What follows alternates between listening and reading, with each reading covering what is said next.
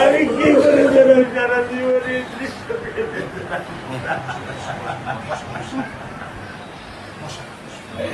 আমার এই দৃশ্য আমি কি দিয়ে পূরণ করবো?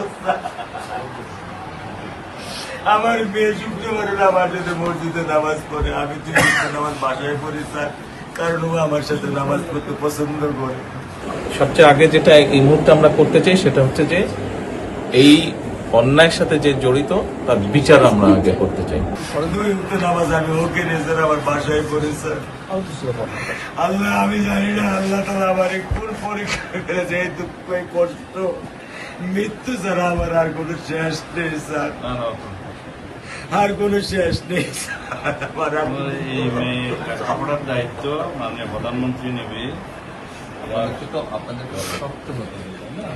আপনার তো বড় মেয়েটা রয়ে গেছে, এখন তো ওর জন্য আপনাদেরকে শক্ত থাকতে হবে স্যার। সত্য কথা, আমি যখন ওকে ভ্যানে পাঠাই আমি খুব বল পাই। আমি কালকেও বলে দিচ্ছি যে আমি আর ভ্যানে দিব না, তুমি প্রতিদিন ওকে রিক্সায় নিয়ে যাবা, রিক্সায় করে নিয়ে আসবা। আমি ক্লান্ত স্যার, 10 বছর বয়স থেকে স্যার অবহেলা পেতে পেতে পেতে পেতে স্যার আমি আর নিতে পারতেছি না স্যার। আল্লাহ আমার ভাগ্য দিচ্ছে, আমি কি করবো কি করবো?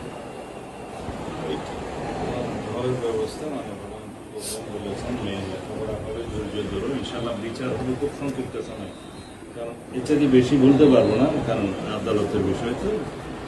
আমরা চার্জশিট দেবো ইনশাল্লাহ এই 24 ঘন্টার মধ্যে। আমি সত্য কথা বলি, আমার 55 বছর বয়সে আমি এত দ্রুত, এত সুন্দর, এত সুচারুভাবে আমি কখনো দেখিনি।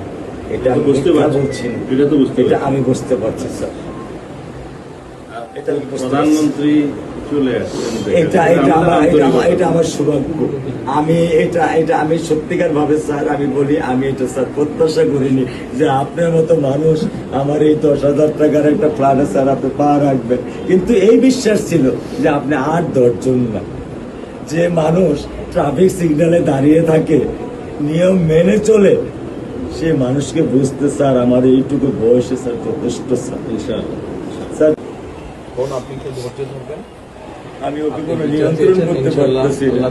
আপনার সন্তানের এই অবস্থার জন্য যে দায়ী তার বিচার ইনশাল্লাহ হবে, সেটা শীঘ্রই হবে।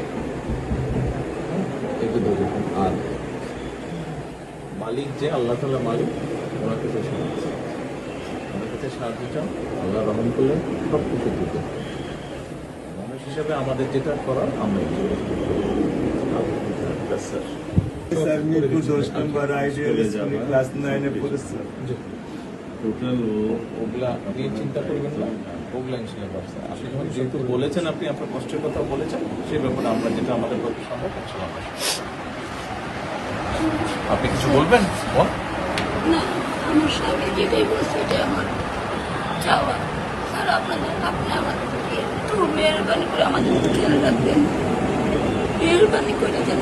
আমরা প্রথমে সবচেয়ে আগে যেটা এই মুহূর্তে আমরা করতে চাই সেটা হচ্ছে যে এই অন্যায়ের সাথে যে জড়িত তার বিচার আমরা আগে করতে চাই, তার বিচারের ব্যবস্থা আমরা আগে করতে চাই, এইটা আমরা আগে প্রথমে করতে চাই।